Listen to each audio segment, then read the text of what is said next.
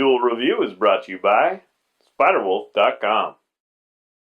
Hey guys, welcome to Duel Review. We got a great week, starting off with the Hallow Grounds, followed by The Walking Dead 400 Days, and then for our focal point, Formula D. That's right. Our anime this week is Black Butler, and our movie, The Cabin in the Woods. I'm RJ. And I'm Nick. Let's get to it.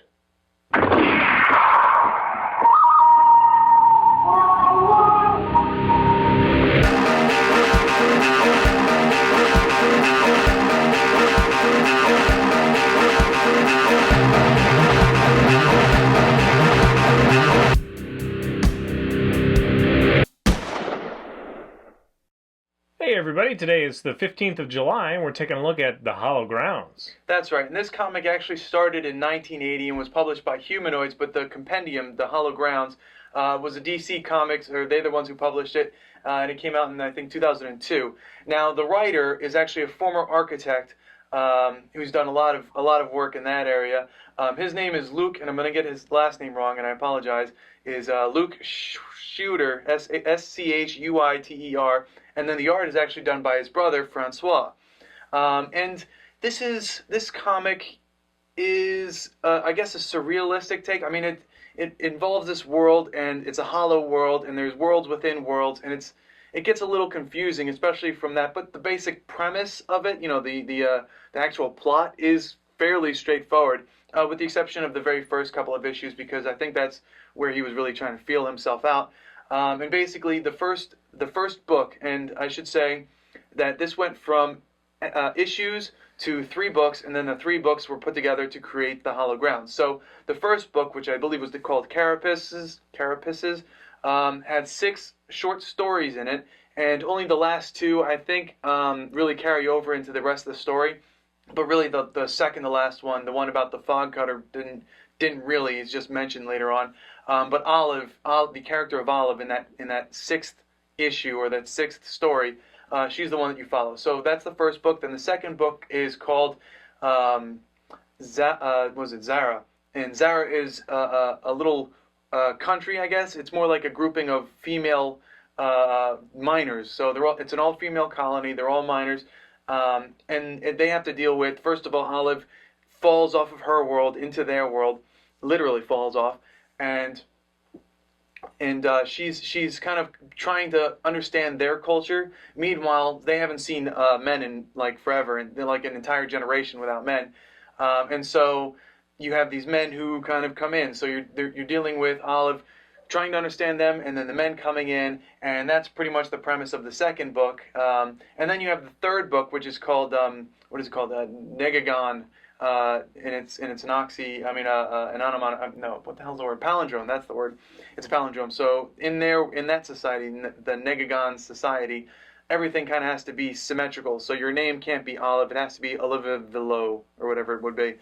So that story is pretty much, you have Nella, who's from the previous book, Zara, looking for Olive, who she believes had died, or she's under the understanding that Olive had died. So she's searching for him, and she's searching for her, and who killed her. So it's a murder mystery in that third book. In fact, that third book won an Eisner Award. So that's pretty much the premise of the 3 books. RJ, what did you think of it? Well, what you need to understand about this book is more or less it's like modern art. That's the closest thing I can think of, because the first set of stories to me makes the most sense in a way, because you can distinguish that it's about desire, and it definitely has, the sex overtone, but it's really about desire up until the fog cutter kind of thing, and then after that it kind of goes a different way. So at first I was like, okay, well, I understand this is going to be a group of short stories about desire, kind of thing, and this is, some of the ideas are compelling, but all those stories are just so short, and they do, some of them echo in the greater stories later, but they're just so short, it's kind of like, okay, all right, well, I guess we're into the next step in the story. So overall, I guess it is, it's fun art. You can definitely see the reflections of the whole architectural background you were talking about in the art, and some of the worlds that have like mirror images of each other. It's all about symmetry and all that crap.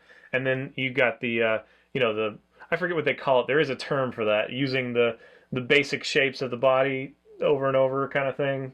Right. Anyway, they call it sculptresses. Yeah, it's so, but it's very extrapolated, and it's not necessarily one of those things that ever will make sense in a way. because there is definitely a plot that you can follow of some semblance. Right. But the deeper themes, if there are any, it's kind of like I've a couple of comments that I saw were like it's like a mad scientist, and that's kind of the general feeling is like, yes, he had some sort of ideas and they kind of elaborated on them, but they don't really mean anything necessarily. But in some ways, I've talked to you about this before, like poetry. I like poetry that is ambiguous enough or not quite spelled out for you so that you can attach your own to it, your own meaning to it. And I do appreciate that about this book, but that's almost all I appreciate. I was actually fairly bored throughout the entire book, like really. I think the idea of the first one was the most interesting to me, of them in the suits, and they couldn't take off the suits, and there wasn't really sex anymore. It was just kind of like hook a tube and it never worked kind of thing. Right. But then they decide to risk it all because they're in like an apocalyptic world where bugs will get them and the climate will get them and all that stuff. So they finally were like, hey, you know what? I want to do what they used to do. The ancestors did, and actually touch you and kind of thing. And that's interesting. And then I guess the fog cutter one was kind of interesting because it was one of those things where he had so much desire for this woman, and without spoiling it too much, and he goes after this woman, but at some point he's kind of at her door, and he could, take her or whatever, possibly, but he's more obsessed with the idea of obsessing on this woman, the form of the woman, Right. kind of thing. So I found that kind of interesting, although there are a lot of titties in this freaking comic. Yes, there are. And anyway, it's a French sensibility. I mean, it's kind of pushing that kind of avant-garde kind of thing. And yeah, to me, it's just modern art. Modern art where you go in and you're like, seems like an awful lot of bullshit. But some people are like, oh no, it's really, it's really intense or whatever. But they'll never tell you what it means because, either they're so highfalutin that they don't want to tell you because, whatever, or they're just full shit and they don't know what it means. Right. And that's kind of where I lean. It's like, well, it's interesting. It's kind of like an experiment, but to what ends? Right. Kind of thing. So, what about you? You're the one that brought this up, and Yeah, and funnily enough, what you guys don't know is I had actually brought this up to RJ before we decided to review it because I didn't know if I could review it because I just kept on putting too much thought into it. Like, why are why do some worlds you can do certain things and other worlds you can't? I mean, there's a lot of great ideas like the fog cutting, and then the in the Neganon book, there's the sculptresses, which pretty much you put on this paint or something, and then you jump into the steam, and then the steam actually creates the stone around wherever that paint was. So you get like these bodies in motion, a sculpture of bodies in motion, and it's so weird. And I'm trying to understand meaning behind it. Like you said, you're like in a gallery, an art gallery, trying to find the meaning. Right. And I just was not finding it, so I didn't know if I'd have enough to say. But maybe the fact that I didn't know what to say really about it. Isn't. That's the thing. It really isn't. It's more about the process and the experiments than it is what it means. Right. So as far as I'm concerned, I mean, maybe there's somebody who, it's like Mulholland Drive. There are some people who are like, oh no, it means exactly this, but they'll never tell you quite what that means. Again, I think they're full of shit, but whatever. It's just one of those things that it's art. It doesn't have to make sense. So I appreciate it in that way. I just don't want to fill my day with it because it's kind of maddening in a sense. Right. Because you want to, put something on it. You want to project some kind of, well, maybe it's talking about this. And I really don't, I just don't think so. Right. Well, it definitely had some really good ideas behind it's it. It's like a Pollock where, he's got kind of a process and he's like, oh, maybe some blue, maybe some red, but what does it mean? I don't know. It's not really a portrait of anything. It's just expression. Yeah. And yeah. It has its merit. I just don't appreciate it myself that much. Now, as far as I believe, as far as what's worth reading, the first book, The Carapaces, the 6 short stories, that I think is the most fun to read out of all of this because yeah, but again, they are so short. But they also what I really liked is at the beginning of each chapter they have this it kind of tells you where you are. So you have longitude, latitude, then you have a little other information. But one of the first things that you read is the resonant frequency. So it's like, okay, well, in this frequency, you're on this universe, and this is what's happening there. And then, on the next story, it's got a different frequency, so you're kind of in a different universe. But they kind of break that towards the end because the last 2 stories kind of roll over into the rest of it. So I wish that they kept on doing that because the idea of, living in different universes was interesting to me. I kind of wish that they kept to that.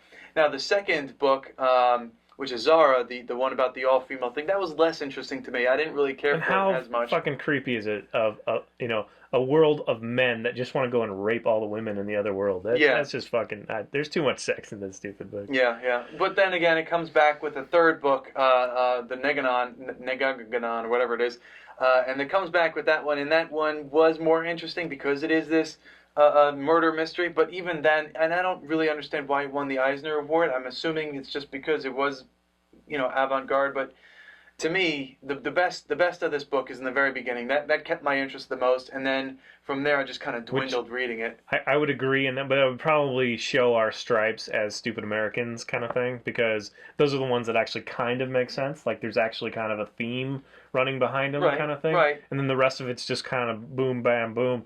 And it's just I'm going to own up to it. If you guys love it, if there are people who love it, French avant-garde and all that stuff, if it's that great, then great. At the end of the day, it's whether I want to spend time reading it or not. And I definitely don't want to spend time reading this over like Batman or something that actually has characters I care about and a story that I can grasp onto and relate to my real life and all that stuff. So it's just one of those things.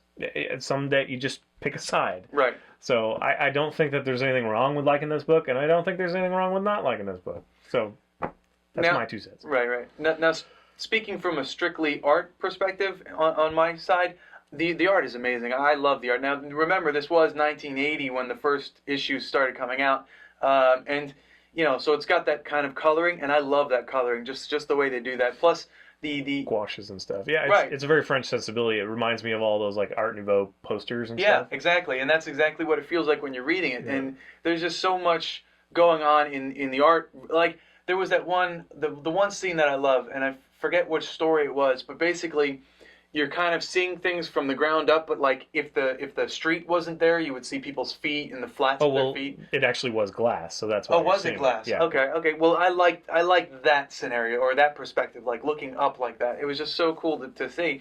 And then you have all this other stuff going on. Like again, I didn't really care for the second book, but I liked the fact that there were like vertical hills that were or vertical rivers that were kind of like moving dirt. That was kind of sliding up. That was kind of cool to see.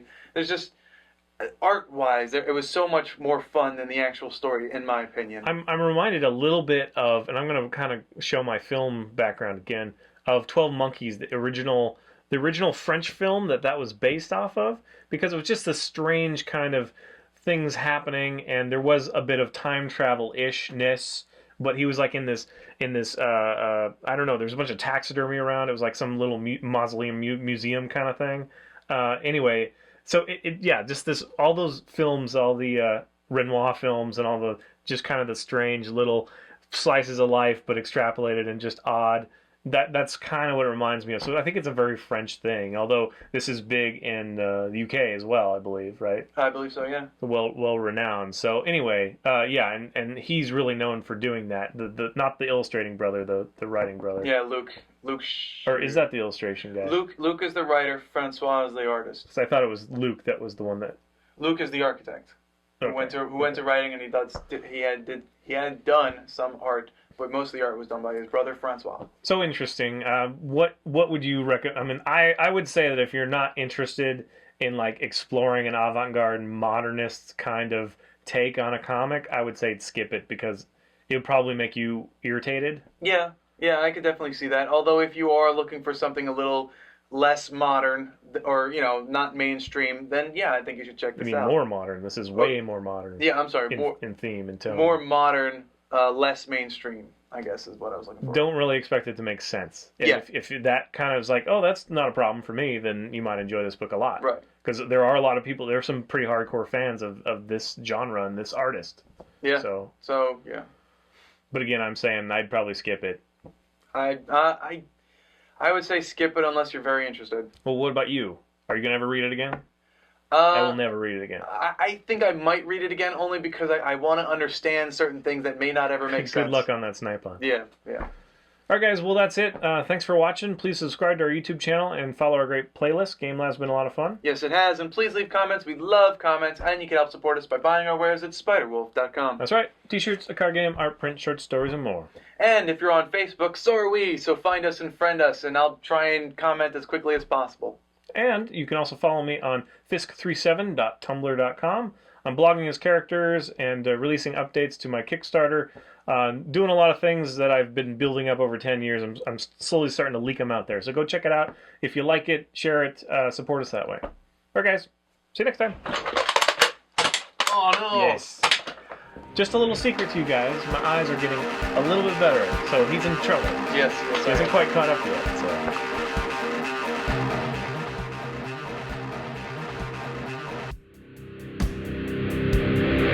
Maybe I can get more than one a week. It'd be nice. It's like milking a cow. Yeah. Don't know what that was. Is that the techno dance? Milking a cow?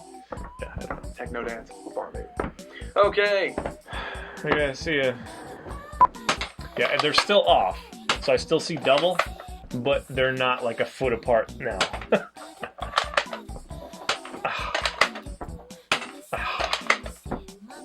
Yay! I just wanted to prove that I could actually do it. And I did! Nick is silent. Yeah. He's worried. His would-be catch-up is slipping away.